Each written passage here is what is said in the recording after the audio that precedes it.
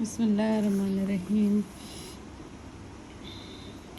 اور اسی طرح ہم بعض کفار کو ان کے اعمال کا سبب بعض کے قریب رکھیں گے۔ اے جنات اور انسان کی جماعت، کیا تم ہی میں سے تمہارے پاس رسول نہیں پہنچے تھے جو تم کو میرے احکام بیان کرتے تھے اور تم کو اس دن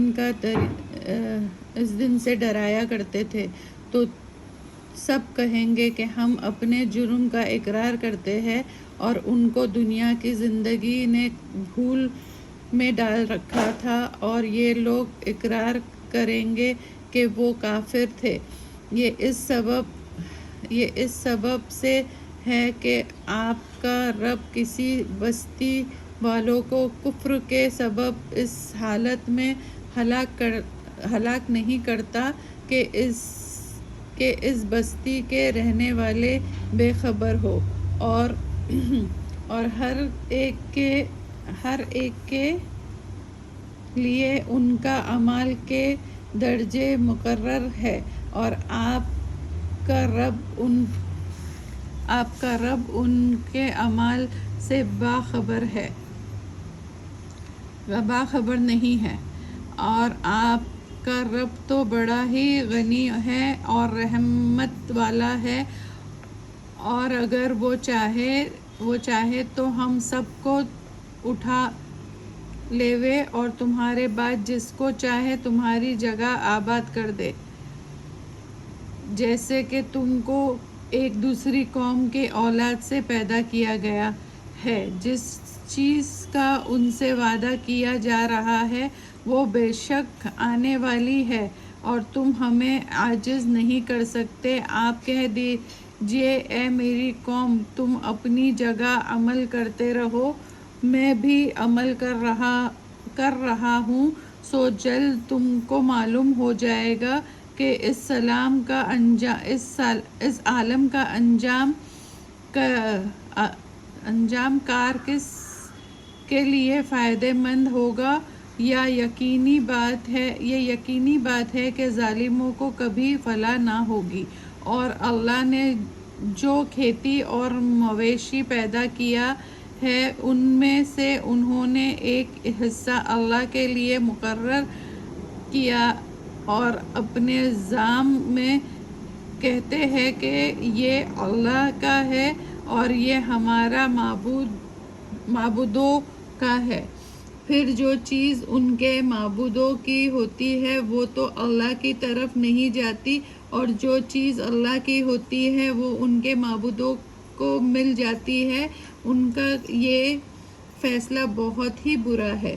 اور اسی طرح بہت سے مشرکین کے لیے ان کے معبودوں نے اپنی اولاد کے قتل کرنے کا منشن بنا رکھا ہے تاکہ وہ ان کو برباد کر دے اور ان پر ان کے دین کا مشتبہ کر دے، اور اگر اللہ چاہتا تو وہ ایسے نہ کرتے۔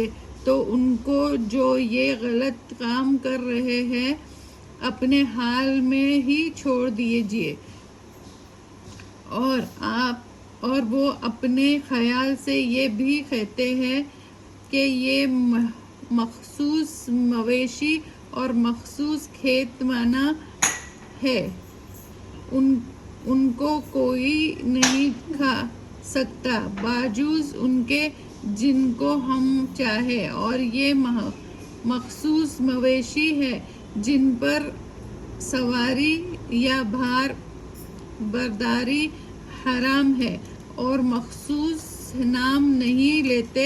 یہ سب مخصوص مویشی ہیں جن پر یہ اللہ کا نام نہیں لیتے۔ یہ سب باتیں اللہ پر بطور افطرا پردازی کے ہیں۔ بہت جلد ہی بہتاً عظیم کی سزا اللہ دینے والا ہے۔ اور یہ بھی کہتے ہیں جو چیز اس مویشی کے پیٹ میں ہے وہ خالص ہمارے مردوں کے لیے ہے اور ہماری عورتوں پر حرام ہے، اور اگر وہ بچہ مردہ نکلے تو اس میں مرد اور عورت دونوں شریک ہیں۔ اللہ جلد ہی ان کو ان کی غلط بیانی پر سزا دے گا۔ بلا شبہ وہ بڑی حکمتوں والا ہے اور بڑا جاننے والا ہے۔ واقعی وہ بڑے نقصان میں ہیں جنہوں نے اپنی اولاد کو محض اپنی حماقت سے بغیر کسی سند کے قتل کر ڈالا اور اس رزق کو حرام کر لیا جو اللہ نے ان کو کھانے پینے کو دیا تھا۔ یہ حرکت اللہ پر تہمت رکھنے کے لیے کی ہے۔ بے شک یہ لوگ گمراہی میں پڑ گئے اور کبھی سیدھے راہ پر آنے والے نہیں ہیں۔ اور وہی ہے جس نے باغات پیدا کیا، چھتریوں پر چڑھے ہوئے اور نہیں چڑھے ہوئے بھی، اور کھجور اور کھیتی جن کے طرح طرح کے پھل ہوتے ہیں، اور زیتون اور انار جو بعض باتوں میں ملتے جلتے اور بعض باتوں میں نہیں ملتے، اور جب یہ پھل دے تو ان کے پھل کھاؤ، اور جس روز پھل توڑو اور کھیتی کاٹو تو اللہ کا حق بھی ادا کرو اور بیجا صرف نہ کرو، کیونکہ اللہ ہے ہی گزر جانے والوں کو دوست نہیں رکھتا، حد سے گزر جانے والوں کو دوست نہیں رکھتا۔